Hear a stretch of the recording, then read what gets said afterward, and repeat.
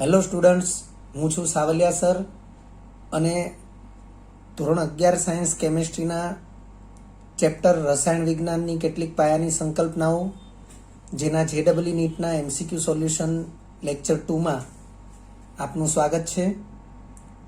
વિદ્યાર્થી મિત્રો, આપણે લાસ્ટ જેડબલઈ નીટ માટે TTL 2 lecture table top lecture 2નો જે અભ્યાસ કરેલો છે, જેમાં આપણે રાસાયણિક સંયોગીકરણના નિયમથી શરૂ કરી અને મોલના વિવિધ સૂત્રો સુધીનો અભ્યાસ કરેલો છે.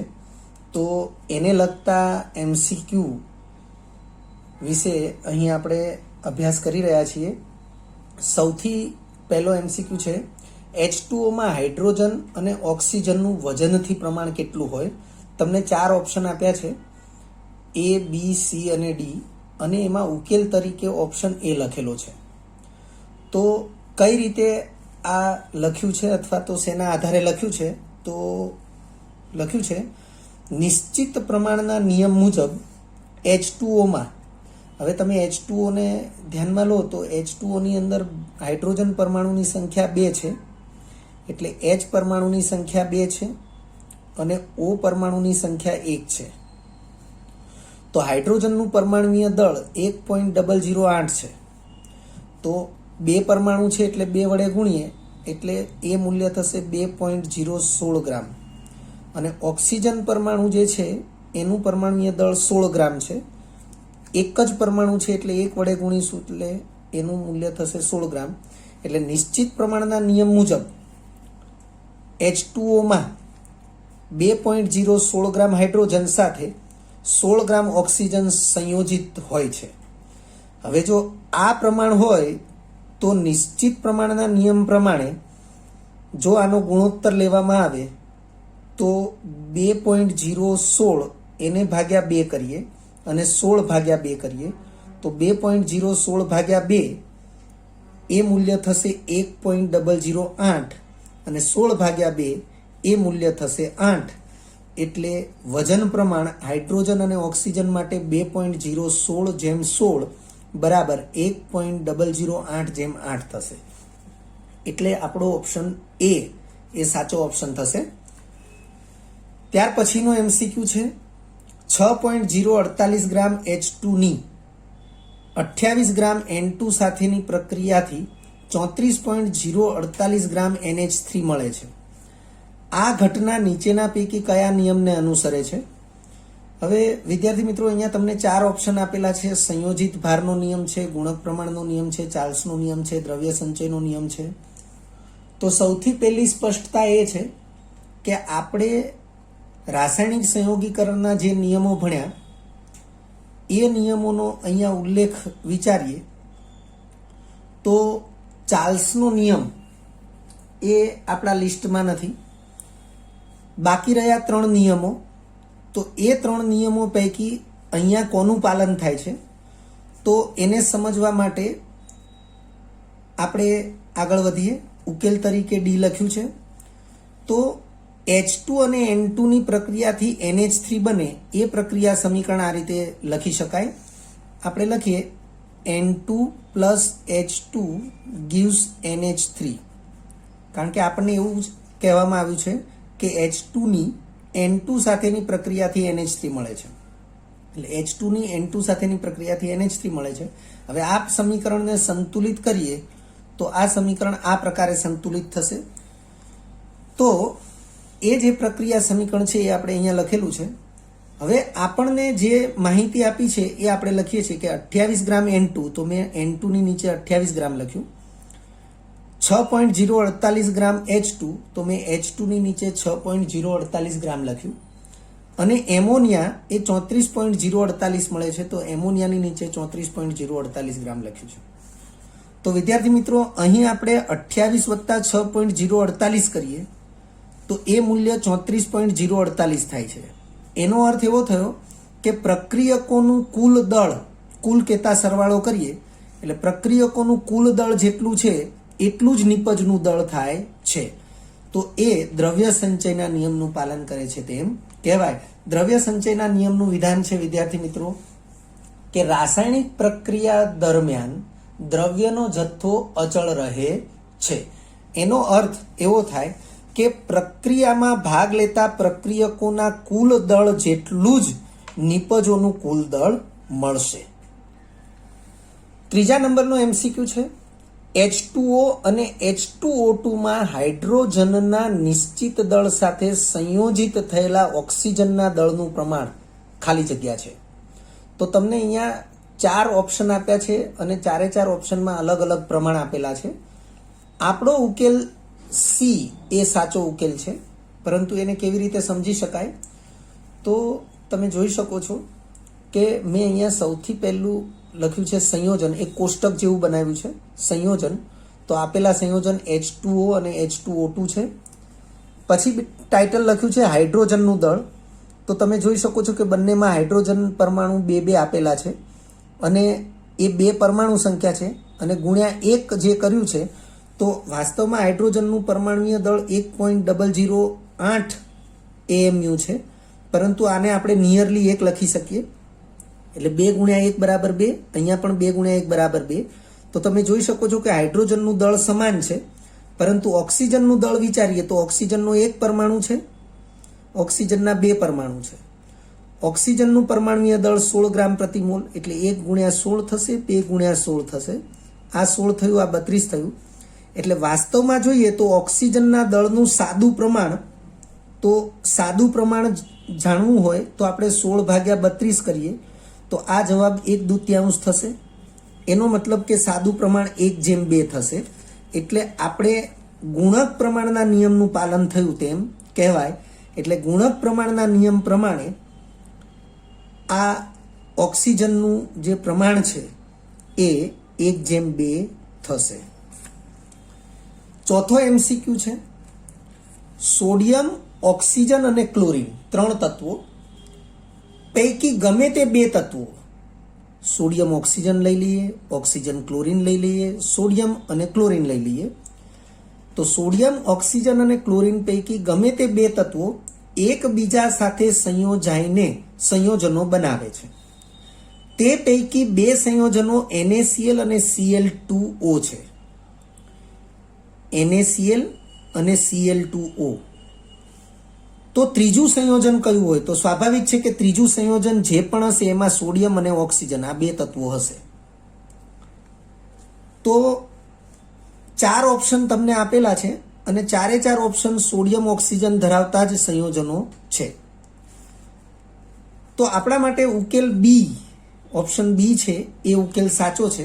હવે એ ઉકેલ કયા નિયમને આધારે સાચો છે એ આપણે જાણી લઈએ. વિદ્યાર્થી મિત્રો, અહીં મેં એક ટ્રાયેંગલ બનાવેલો છે. તમને જે 3 તત્વો આપ્યા છે સોડિયમ, ક્લોરીન અને ઓક્સિજન, એનો ટ્રાયેંગલ બનાવેલો છે. સોડિયમ અને ક્લોરીનનું એક સંયોજન NaCl આપેલું છે.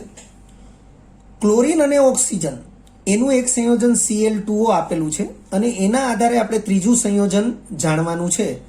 તો તમે જોઈ શકો છો કે આપેલ સંયોજનો એમાં પહેલું સંયોજન છે NaCl અને બીજું સંયોજન છે Cl2O.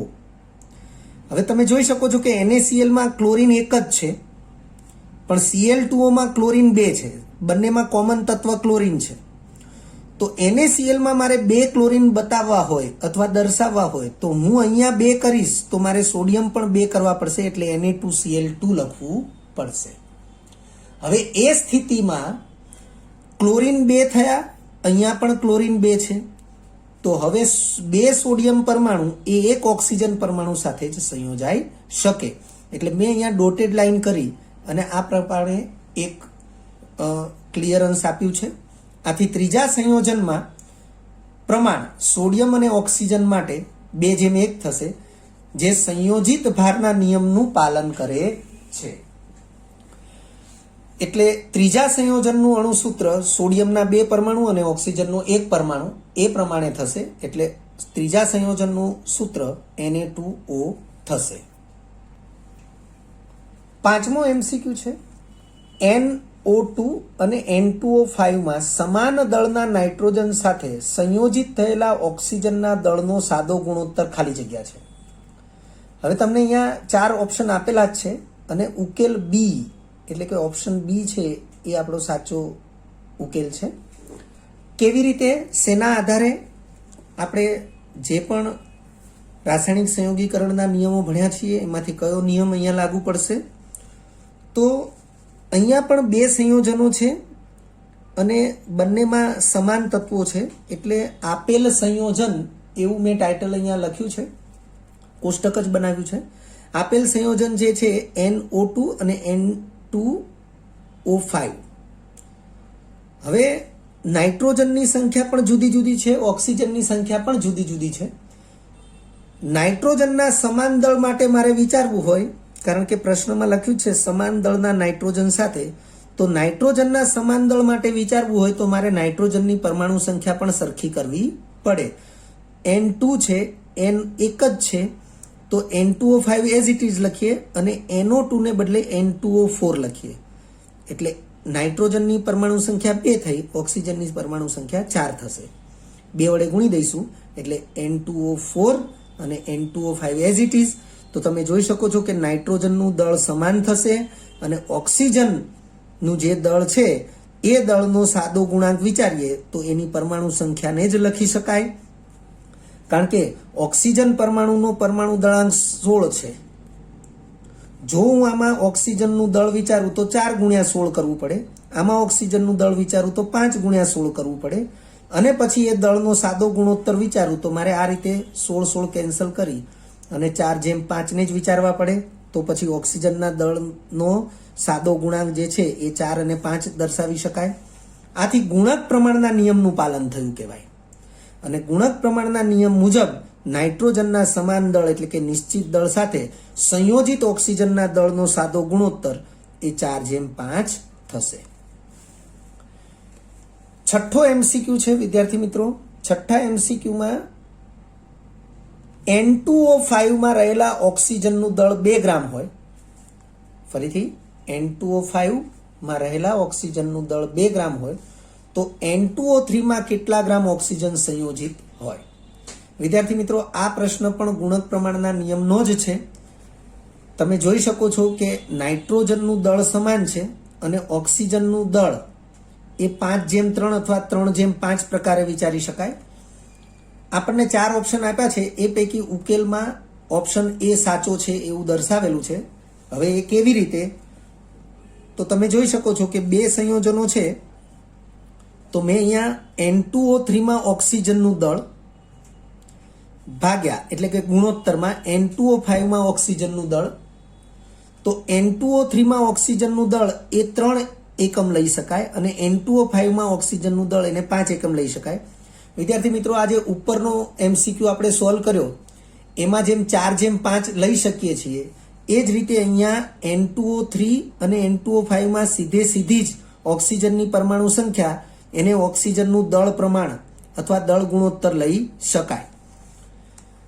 હવે તમને અહીં માહિતી જે આપી છે એમાં N2O5 માં ઓક્સિજનનું દળ 2 ગ્રામ આપી જ દીધું છે. તો N2O5 માં ઓક્સિજનનું દળ 2 ગ્રામ અને આપણને પ્રશ્નમાં N2O3 માં ઓક્સિજનનું દળ કેટલા ગ્રામ એવું પૂછ્યું છે, એટલે N2O3 માં ઓક્સિજનનું દળ આપણે શોધવાનું થશે. 3/5 તો આપણને જે સૂત્રમાં ઓક્સિજનના આણ્વીય દળ છે અથવા તો ઓક્સિજનના જે દળ છે એના પ્રમાણ 3/5 એ સૂત્ર ઉપરથી જ ખબર પડે છે. માટે N2O3 માં ઓક્સિજનનું દળ આ 2 છેદમાં છે, સામે જાય તો ગુણાકારમાં જશે. 3 × 2 એટલે 6, 6/5 એટલે 1.2 થશે. 6/5 તો આપણે ઉપર નીચે 2 વડે ગુણી દઈએ તો 6 દુ 12, 12/10 થશે એટલે જવાબ આવશે 1.2. એટલે 1.2 ગ્રામ એ N2O3 માં ઓક્સિજનનું દળ થશે.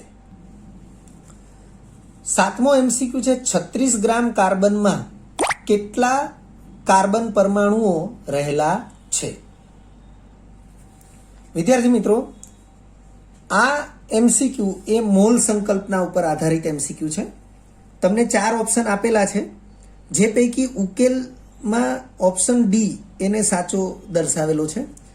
હવે આ પ્રકારના MCQ મેં કીધું એ પ્રમાણે મોલના સૂત્ર અથવા મોલ સંકલ્પના ઉપર આધારિત MCQ છે. સૌથી પહેલા આપણે કાર્બનનું પરમાણુય દળ જાણતા હોવા જોઈએ. તો કાર્બનનું પરમાણુય દળ એ 12 ગ્રામ પ્રતિ મોલ છે. એનો અર્થ એવો થશે 1 મોલ કાર્બનનું દળ 12 ગ્રામ થાય. આથી કાર્બનના મોલ, જેને સ્મોલ n સિમ્બોલ વડે દર્શાવીએ, તો મોલનું સૂત્ર આપણે TTL2માં દર્શાવેલું છે. મોલના ઘણા સૂત્રો દર્શાવેલા છે. એ પૈકી તત્વના મોલ બરાબર તત્વનું દળ છેદમાં તત્વનું પરમાણુય દળ. એટલે કાર્બનના મોલ પૂછ્યા છે અથવા તો કાર્બનના મોલ શોધવા છે, તો કાર્બનના મોલ સ્મોલ n બરાબર કાર્બનનું દળ છેદમાં કાર્બનનું પરમાણુય દળ. તો કાર્બનનું દળ તમને 36 ગ્રામ આપેલું જ છે, એટલે 36 ભાગ્યા કાર્બનનું પરમાણુય દળ 12 ગ્રામ પ્રતિ મોલ છે. એટલે તમને કાર્બનની મોલ સંખ્યા n બરાબર 3 મોલ મળશે. હવે કાર્બનની પરમાણુ સંખ્યા, તો કાર્બનની પરમાણુ સંખ્યા બરાબર મોલ સંખ્યા ગુણ્યા એવોગેડ્રો આંક. વિદ્યાર્થી મિત્રો, મોલ માટે બીજું સૂત્ર છે મોલ બરાબર પરમાણુ સંખ્યા છેદમાં એવોગેડ્રો આંક. જો પરમાણુ સંખ્યા આપી હોય તો પરમાણુ સંખ્યા છેદમાં એવોગેડ્રો આંક, અને જો સંયોજન માટે અણુ સંખ્યા આપી હોય તો અણુ સંખ્યા છેદમાં એવોગેડ્રો આંક. આ સૂત્રથી આપણે પરિચિત છીએ. આ સૂત્ર આપણે TTL2માં લીધેલું જ છે. હવે એમાં આપણે પરમાણુ સંખ્યાને કરતા બનાવીએ તો એવોગેડ્રો આંક છેદમાં છે એ મોલ સાથે ગુણાકારમાં જશે. એટલે કાર્બન પરમાણુની સંખ્યા બરાબર કાર્બનની મોલ સંખ્યા ગુણ્યા એવોગેડ્રો આંક. કાર્બનની મોલ સંખ્યા 3 મળેલી છે. એવોગેડ્રો આંક 6.022 ગુણ્યા 10⁻23 એ આપણે યાદ રાખવો જરૂરી છે. ગુણાકાર કરીએ તો જવાબ આવશે 18.066, પરંતુ પોઈન્ટને ડાબી બાજુ એક આંક ખસેડીએ તો 10⁻1 વધશે, એટલે 1.8066 ગુણ્યા 10⁻24.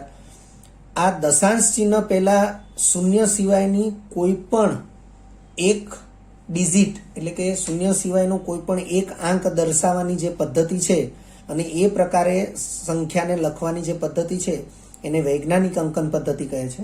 એટલે આપણે અહીંયા કાર્બનની પરમાણુ સંખ્યા એને વૈજ્ઞાનિક અંકન પદ્ધતિ પ્રમાણે ઓપ્શન આપેલા છે. આ સિવાય તમને 3 ગુણ્યા 6.022 ગુણ્યા 10⁻23 એવું પણ ઓપ્શનમાં આપી શકે છે, પરંતુ આપણે અહીં ઓપ્શન ડી એ સાચો વિકલ્પ છે. 8મો MCQ છે, Cu2O ના એક નમૂનાના રિડક્શનથી 1.27 ગ્રામ કોપર પ્રાપ્ત થાય તો તેમાં ઓક્સિજન કેટલા ગ્રામ હોય? હવે વિદ્યાર્થી મિત્રો, તમે કોપરનો પરમાણુ ભાર એ જાણતા હોવા જોઈએ. અહીંયા તો આપણને આપી જ દીધો છે 63.5.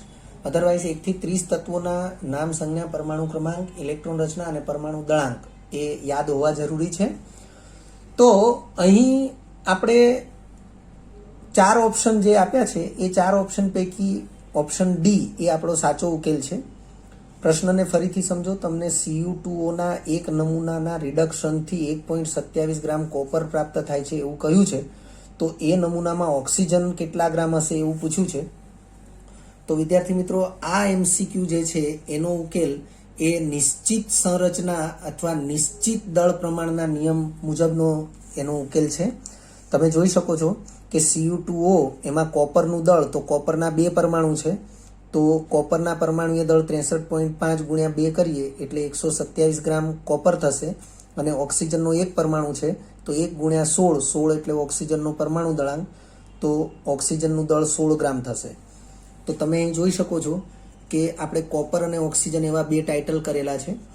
127 ગ્રામ કોપર સાથે 16 ગ્રામ ઓક્સિજન સંયોજાતું હોય તો 1.27 ગ્રામ કોપર મળ્યું છે. તો 1.27 ગ્રામ કોપર સાથે કેટલા ગ્રામ ઓક્સિજન સંયોજાયેલું હોય, તો એનો જે જવાબ આવે એ જ આ ઓક્સિજનનું દળ ગ્રામમાં દર્શાવે. તો 1.27 ગુણ્યા 16 ભાગ્યા 127 જવાબ આવશે 0.16 ગ્રામ. એટલે કે સંયોજિત ઓક્સિજનનું દળ એ 0.16 ગ્રામ. ઓપ્શન ડી પ્રમાણે જ રહેશે.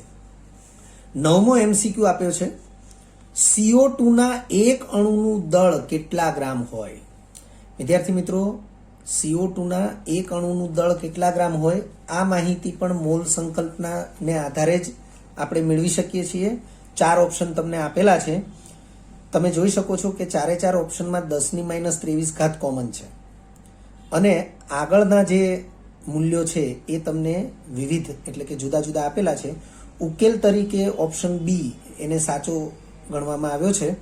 હવે કેવી રીતે એને આપણે સાચો ઉકેલ ગણી શકીએ અથવા એ કેવી રીતે સાચો ઉકેલ છે એ આપણે આ પ્રમાણે જાણી શકીએ કે સૌથી પહેલાં તો CO2 નું આણ્વીય દળ કોઈ પણ સંયોજનનું તમને આણ્વીય દળ શોધતા આવડવું જરૂરી છે અને એ આણ્વીય દળ તમે એના અણુસૂત્રમાં જે પણ ઘટક તત્વો છે એના પરમાણુ દળાંકને આધારે મેળવી શકો. જેમ કે CO2 નું આણ્વીય દળ તો એમાં કાર્બન પરમાણુની સંખ્યા 1 છે, કાર્બનનો પરમાણુ દળાંક 12 છે, 12 ગુણ્યા 1 એટલે 12 થશે. ઓક્સિજનની પરમાણુ સંખ્યા 2 છે, ઓક્સિજનનો પરમાણુ દળાંક 16, 16 ગુણ્યા 2 એટલે 32 થશે. સરવાળો કરો તો 44. તો CO2 નું આણ્વીય દળ 44 ગ્રામ પ્રતિ મોલ છે. આનો અર્થ એવો થાય 1 મોલ CO2 નું દળ 44 ગ્રામ થશે. એટલે લખ્યું છે એટલે કે 1 મોલ CO2 નું દળ બરાબર 44 ગ્રામ, પરંતુ 1 મોલ CO2 એટલે 6.022 ગુણ્યા 10 ની 23 ઘાત CO2 અણુ થશે. આ મોલ સંકલ્પના પ્રમાણે આપણે લખી રહ્યા છીએ કે 1 મોલ CO2 બરાબર 6.022 ગુણ્યા 10 ની 23 ઘાત CO2 અણુ થશે. એટલે અર્થ એવો થશે કે 1 મોલ CO2 નું દળ છે એ વાસ્તવમાં 6.022 ગુણ્યા 10 ની 23 ઘાત CO2 અણુનું દળ થશે. એટલે મેં લખ્યું છે આમ 6.022 ગુણ્યા 10 ની 23 ઘાત CO2 અણુનું દળ બરાબર 44 ગ્રામ. માટે 1 CO2 અણુનું દળ બરાબર કેટલા ગ્રામ? તો 1 ગુણ્યા 44 ભાગ્યા 6.022 ગુણ્યા 10 ની 23 ઘાત થશે. એટલે 1 CO2 અણુનું દળ બરાબર 44 ગ્રામ ભાગ્યા 6.022 ગુણ્યા 10 ની 23 ઘાત. હવે આ 10 ની 23 ઘાત છેદમાં છે એને અંશમાં લખીએ તો 10 ની -23 ઘાત લખાશે. 44 ભાગ્યા 6.022.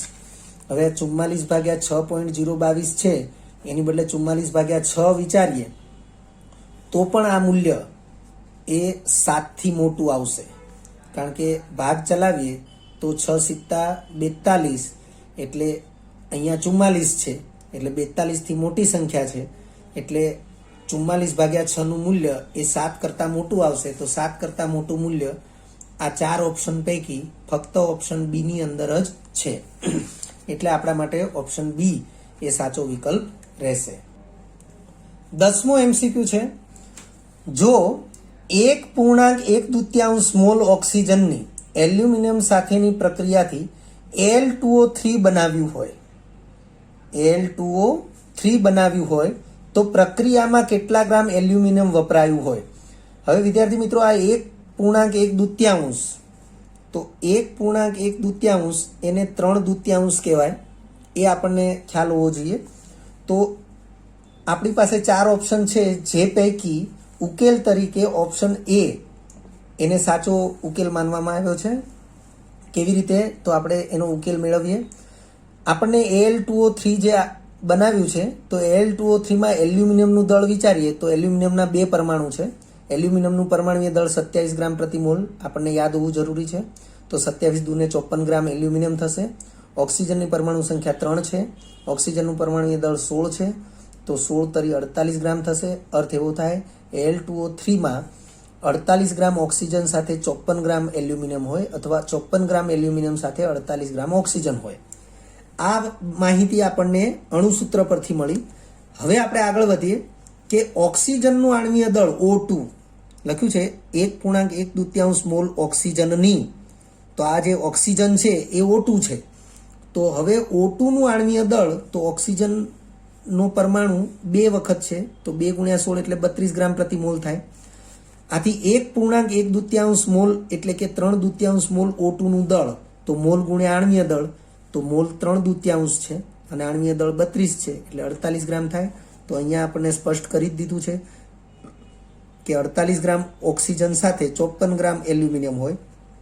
તો આપણને પ્રશ્ન એ જ પૂછ્યો છે કે 1.1 મોલ ઓક્સિજનની એલ્યુમિનિયમ સાથે પ્રક્રિયા થઈ તો એ એલ્યુમિનિયમ કેટલા ગ્રામ હોય? તો એ એલ્યુમિનિયમ 54 ગ્રામ હોય. એટલે આપણે અહીંયા લખ્યું છે આમ સંયોજિત ઓક્સિજનનું દળ જો 48 ગ્રામ મળ્યું હોય તો પછી સંયોજિત એલ્યુમિનિયમનું દળ 54 ગ્રામ જ થશે. એટલે આપણી માટે ઓપ્શન એ સાચો વિકલ્પ રહેશે.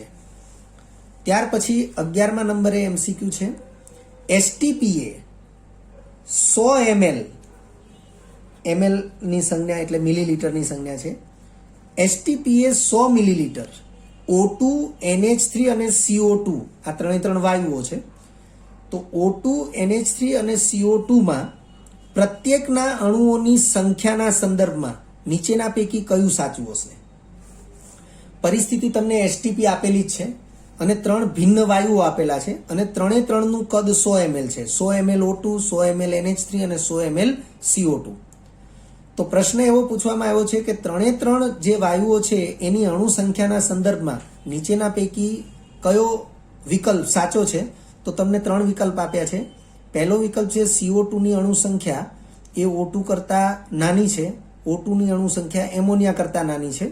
એટલે કે CO2 O2 NH3 અણુ સંખ્યા માટે આ ચડતો ક્રમ આપ્યો છે, એવી રીતે અણુ સંખ્યા માટે આ ઉતરતો ક્રમ આપ્યો છે. અને અહીંયા સી વિકલ્પની અંદર 3 ની અણુ સંખ્યા સરખી આપી છે, જ્યારે વિકલ્પ ડી એમાં લખ્યું છે અત્રે આપેલ એક પણ નહીં. તો આપણી માટે ઉકેલમાં વિકલ્પ સી સાચો છે એવું દર્શાવ્યું છે. પણ શેના આધારે એવું કહી શકીએ? તો વિદ્યાર્થી મિત્રો, એવોગેડ્રોનો નિયમ છે. આપણે રાસાયણિક સંયોગીકરણના નિયમમાં એવોગેડ્રોનો નિયમ છે અને એ નિયમનું વિધાન એ પ્રમાણે છે કે એસટીપી એ સમાન કદના જુદા જુદા વાયુઓની અણુ સંખ્યા પણ સમાન હોય છે.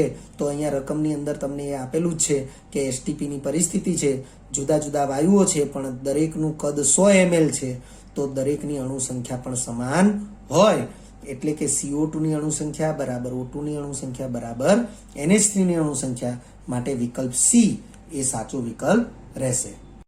વિદ્યાર્થી મિત્રો, જો તમને આ વિડીયો લેક્ચર ગમ્યો હોય તો લાઇક આપજો, શેર કરજો અને સબસ્ક્રાઇબ પણ કરજો. અગાઉના લેક્ચરનું રિવિઝન અને પાઠ્યપુસ્તકનું વાંચન કરતા રહેજો. આ લેક્ચર અંગે કોઈ પણ ડિફિકલ્ટી હોય તો મને વોટ્સઅપ કરી શકાય. આભાર. ફરી મળીશું નવા વિડીયો લેક્ચરમાં.